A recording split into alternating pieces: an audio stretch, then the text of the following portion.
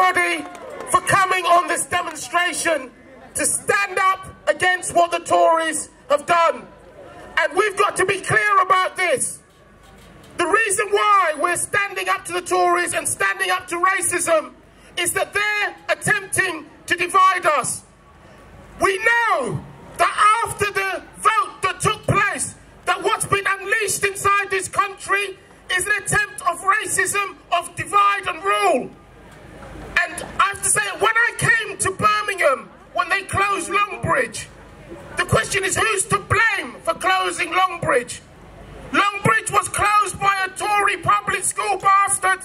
That's who did it. And it wasn't closed by Pakistanis, Romanians, West Indians, Irish or Jewish people. It was closed by Tories that did it to profit from it. They're the ones that closed the pits.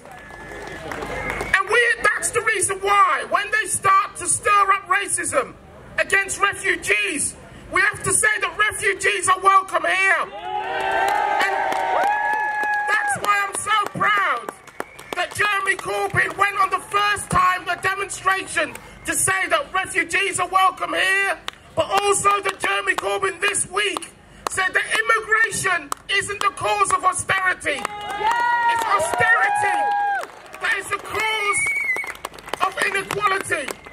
And if every newspaper, that instead of saying, somebody said to me, aren't you worried about immigration? I said, change your front pages. Instead of saying refugees are to blame or immigrants are to blame, put cuts, Tories and austerity. And then people will know the truth. Don't boil it down your mayo. And Theresa May is the architect of this. She sent round a van which said to migrants and immigrants, go home. Well, from this city, we want to say to the Tories, you go home. You go home. And we know, and the truth of it, the real question is, which one do they go to? And when they say there's no money, all we have to say is this: tell the Duke of Westminster to pay tax. Because if the Duke of Westminster pay tax, that's the end of the NHS bill. Those greedy, vicious Tories are trying to get us to blame Muslims, are trying to get us to blame each other. We should not blame our neighbour. Next week, there's two things are happening. There's a conference against racism inside London, and there's also a march to commemorate Cable Street. You see, we marched against the fascists, against anti-Semitism. Our movement did it. We marched in the 70s against the National Front.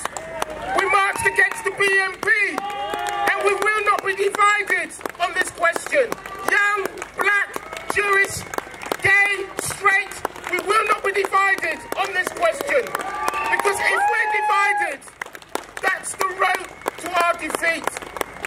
And that's the reason why, when they announce that they're going to enact Brexit in March, there's going to be the same week as UN Anti-Racism Week on March the 18th.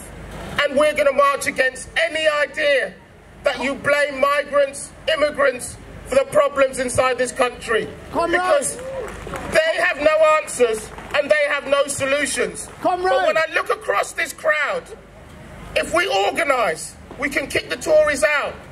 And we can make sure that the attacks that are taking place on different people become something that we fight against. They put on the question of building a better Britain. That's the slogan of their conference. But we want to build a better world. We want to build a world without racism, sexism, and people drowning in the sea because they can't get a safe heritage. So, let's stand up against the Tories.